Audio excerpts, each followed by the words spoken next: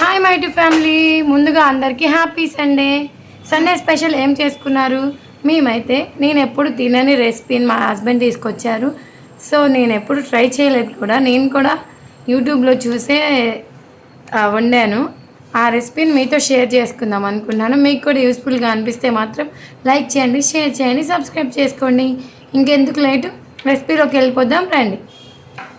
ఆ రెసిపీ ఏంటో తెలుసా? Goat heart and kidney 2 mixed curry. రండి చూసేద్దాం.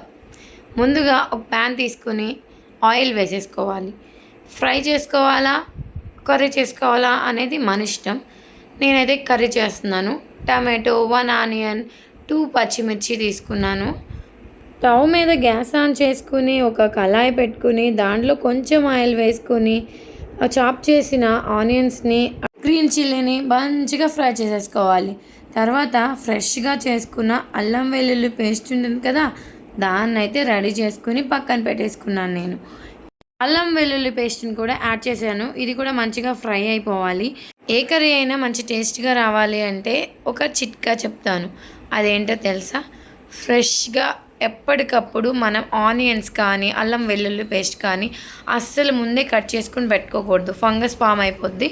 సో వాటిని కూడా తినకూడదు. మనము ఫ్రెష్గా చేసుకుంటే ఆ టేస్ట్ కూడా వేరుగా ఉంటుంది. ఇంకా చాప్ చేసుకున్న ఒక టమాటో కూడా వేసేసుకున్నాను నేను.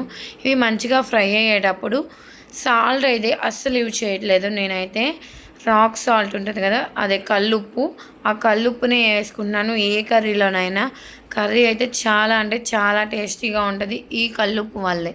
ఆ సాల్ట్ వల్ల అయితే నాకు అస్సలు నచ్చట్లేదు. సో అప్పటి నుంచి నేను కల్లుప్పునే యూజ్ చేస్తున్నాను. ఇంతకీ మీరు ఏ ఉప్పుని యూజ్ చేస్తున్నారు కామెంట్ సెక్షన్లో కామెంట్ చేసేయండి. ఇవైతే మంచిగా ఫ్రై అయిపోయి ఒక 5 మినిట్స్ అలా మూత పెట్టుకుని తీసేసాపు ఫుల్గా ఫ్రై అయిపోయాయి. ఇంకా పక్కనే క్లీన్ చేసుకున్న ఉన్న కిడ్నీస్ అండ్ హార్ట్ని క్లీన్ చేసేసుకున్నాను.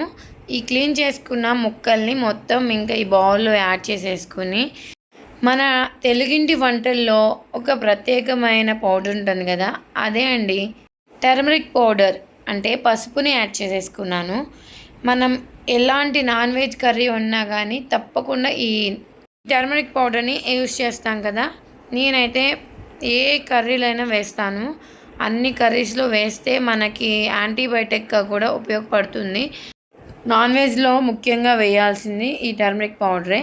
ఇంకా మొత్తం ఇలా కలిపుకొని ఒక 20 మినిట్స్ అంటే 20 మినిట్స్ అస్సలు టచ్ చేయకుండా అలా కుక్ అయిపోవాలి. చూడండి, ఫుల్ కుక్ అయిపోయింది. ఇంకా మొత్తం కలిపుకున్న దాంట్లో ఉన్న వాటర్ అంతా బయట వచ్చేసింది. నేను ఒక చుక్క వాటర్ కూడా పోయలేదు. చూసారు కదా ఎంత వాటర్ అనేది బయటకు వచ్చిందో. ఫైనల్గా నాన్ వెజ్కి ఉప్పు కారం ఎక్కువ పడాల్సిందే. మన గుంటూరు కారం అని అయితే వేసేస్తున్నాను. 3 స్పూన్స్ వేసాను నేనైతే. అప్పటికీ నాకు కారం సరిపోలేదు అనిపించింది. నేను ఇంకో స్పూన్ యాడ్ చేసుకున్నాను. మొత్తం కలిపేయాలి. ఇంకా మీ దగ్గర ఎక్స్ట్రా పౌడర్స్ ఏమైనా ఉంటే అంటే మసాలా పౌడర్స్ అవన్నీ యాడ్ చేసుకోవచ్చు. నేనైతే ఎటువంటి మసాలా పౌడర్స్ యూజ్ చేయట్లేదు.